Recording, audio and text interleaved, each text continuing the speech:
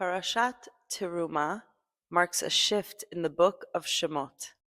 From the spectacular miracles of the Exodus from Egypt and the revelation at Sinai, we now, and until the end of the book of Exodus, move to hundreds of verses of meticulous architectural detail of the construction of the Mishkan, the portable tabernacle or sanctuary used in the desert, and the vessels within it. For comparison, the creation of the entire universe is described in the very first chapter of the Torah, Bereshit, in only 34 verses. The construction of the Mishkan, a modest and mobile structure, spans over 400 verses, more than 10 times the creation of the world. Mishkan means a dwelling place. And who is the resident? Hashem, the creator of the world. Does this mean that the creator of the universe is confined to this place? Absolutely not. And Hashem is not only the resident, he is also the architect. The plans for the Mishkan, a home for the divine, and all of its vessels are presented in the Torah with precision, dimensions, materials, colors, everything. The Mishkan was the very first collective house of prayer and service of Hashem in the history of the people of Israel. It was designed and intended to accompany the people in the desert only.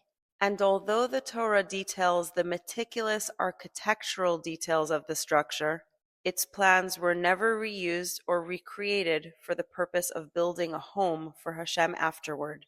Not in the first temple, not in the second temple, and not in the architectural design of today's synagogues. Yet the Mishkan was more than just architectural plans. It gave the people of Israel the ability to make the Torah communal and portable.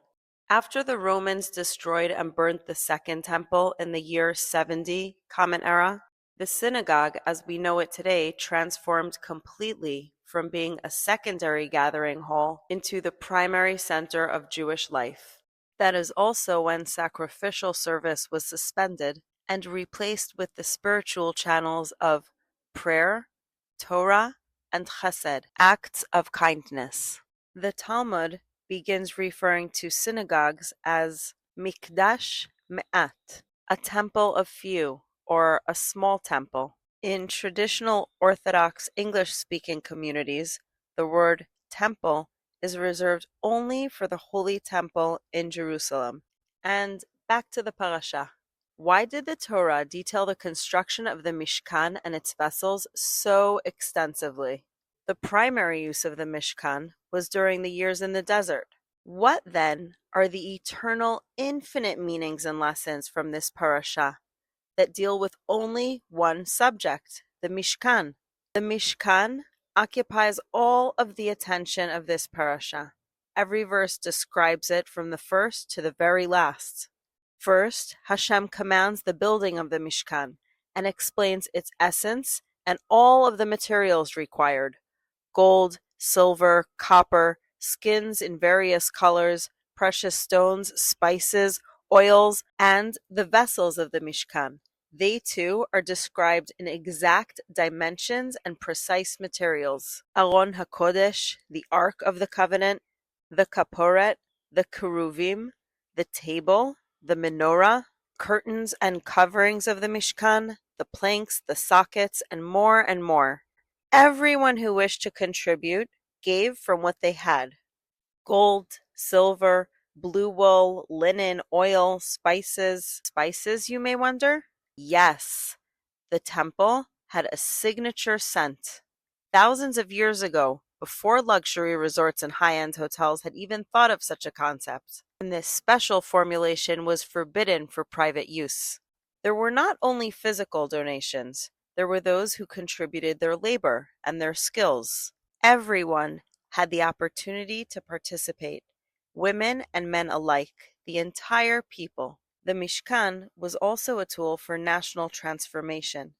In the past, Bnei Israel were recipients of miracles, mostly passive. Now, a project with precise specification for execution. And in doing so, Bnei Israel moved from a position of dependency to a position of responsibility and dignity. The making of the Mishkan allowed Bnei Israel to become partners in the work of creation, to invest their effort and their skill in a holy purpose.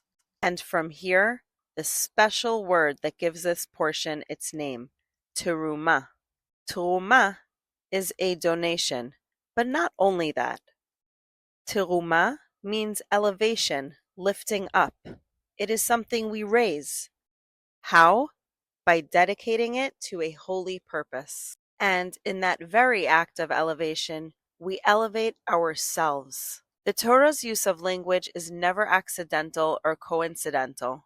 Daber el bnei Israel, speak to the children of Israel, v'yikchu li truma, and they shall take for me a contribution, me'et kol ish asher yidvenu libo, from every person whose heart moves him to, tikchu et trumati, you shall take my contribution.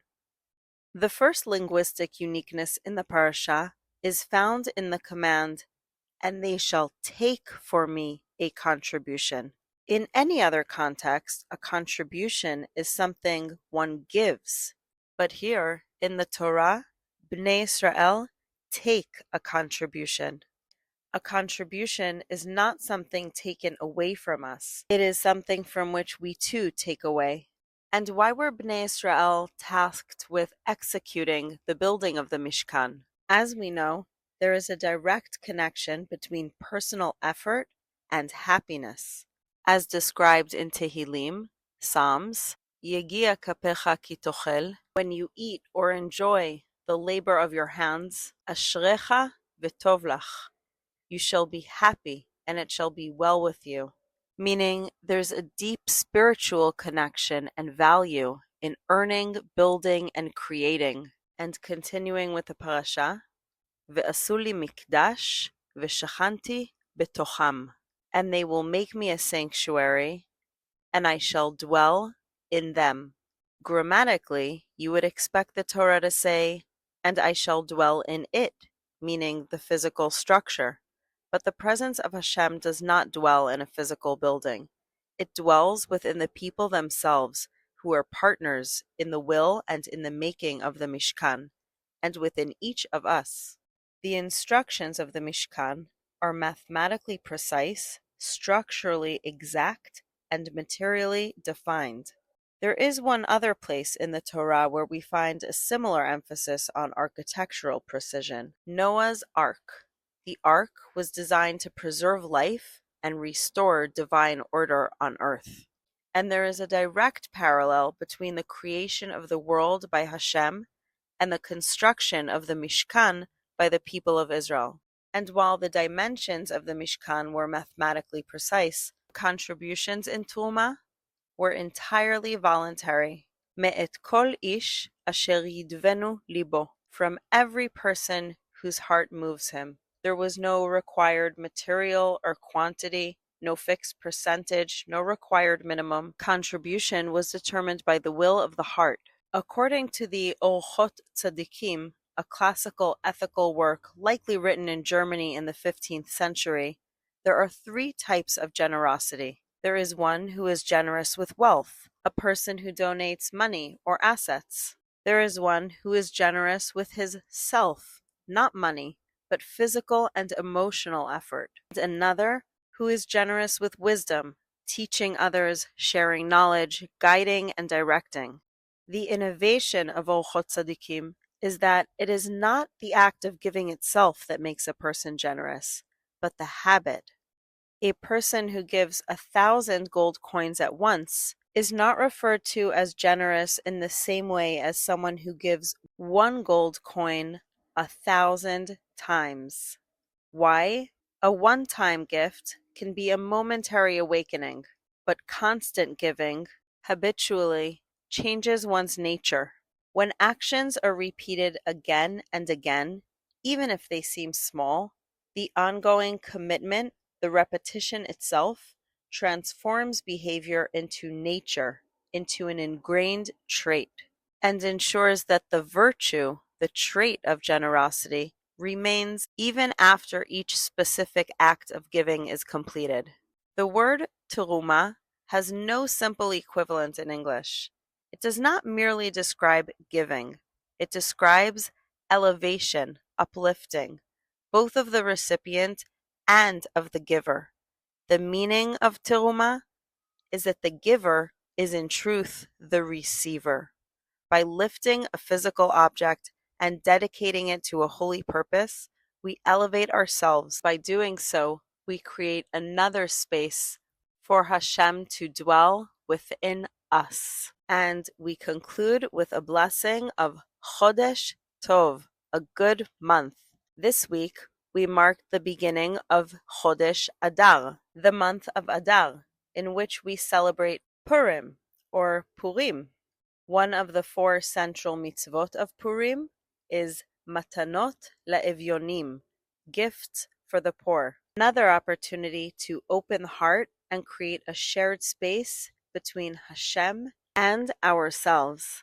See you next week for Parashat Tetzaveh.